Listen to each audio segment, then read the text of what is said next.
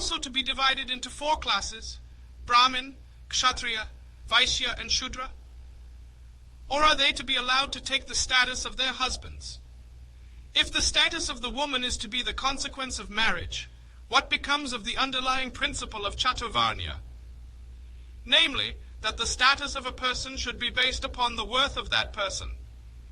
If they are to be classified according to their worth, is their classification to be nominal or real? If it is to be nominal, then it is useless, and then the protagonists of Chaturvarnya must admit that their system does not apply to women. If it is real, are the protagonists of Chaturvarnya prepared to follow the logical consequences of applying it to women? They must be prepared to have women priests and women soldiers. Hindu society has grown accustomed to women teachers and women barristers. It may grow accustomed to women brewers and women butchers. But he would be a bold person who would say that it will allow women priests and women soldiers. But that will be the logical outcome of applying Chaturvarnya to women. Given these difficulties, I think no one except a congenital idiot could hope and believe in a successful regeneration of the Chaturvarnya.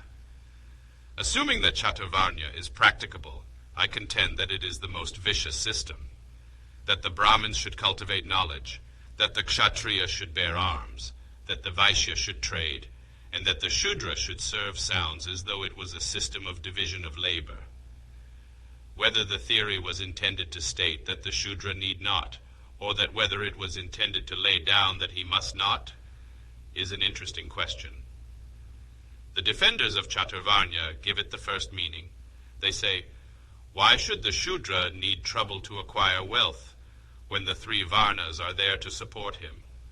Why need the Shudra bother to take to education when there is the Brahmin to whom he can go when the occasion for reading or writing arises? Why need the Shudra worry to arm himself because there is the Kshatriya to protect him? The theory of Chaturvarnya, understood in this sense, may be said to look upon the Shudra as the ward and the 3 Varnas as his guardians. Thus interpreted, it is a simple, elevating, and alluring theory. Assuming this to be the correct view of the underlying conception of Chaturvarnya, it seems to me that the system is neither foolproof nor knave-proof. What is to happen if the Brahmins, Vaishyas, and Kshatriyas fail to pursue knowledge, to engage in economic enterprise, and to be efficient soldiers, which are their respective functions? Contrariwise, suppose that they discharge their functions but flout their duty to the Shudra or to one another. What is to happen to the Shudra if the 3 classes refuse to support him on fair terms or combine to keep him down? Who is to safeguard the interests of the Shudra, or for the matter of that of the Vaishya and Kshatriya, when the person who is trying to take advantage of his ignorance is the Brahmin?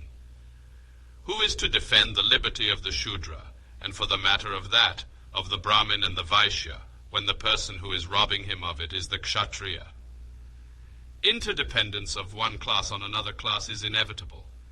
Even dependence of one class upon another may sometimes become allowable. But why make one person depend upon another in the matter of his vital needs? Education everyone must have. Means of defense everyone must have.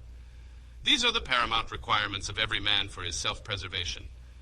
How can the fact that his neighbor is educated and armed help a man who is uneducated and disarmed?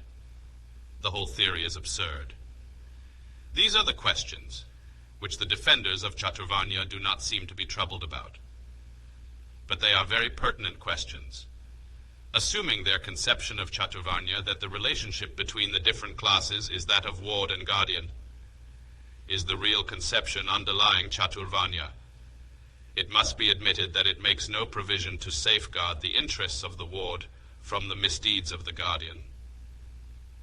Whether the relationship of guardian and ward was the real underlying conception on which Chaturvarnya was based, there is no doubt that in practice the relation was that of master and servants.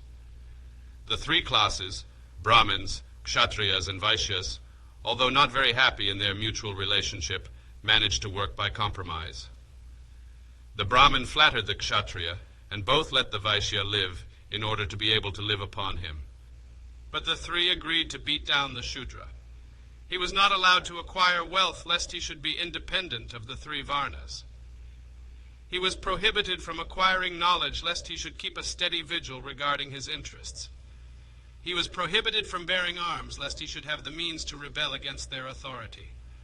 That this is how the Shudras were treated by the Triyavarnikas is evidenced by the laws of Manu.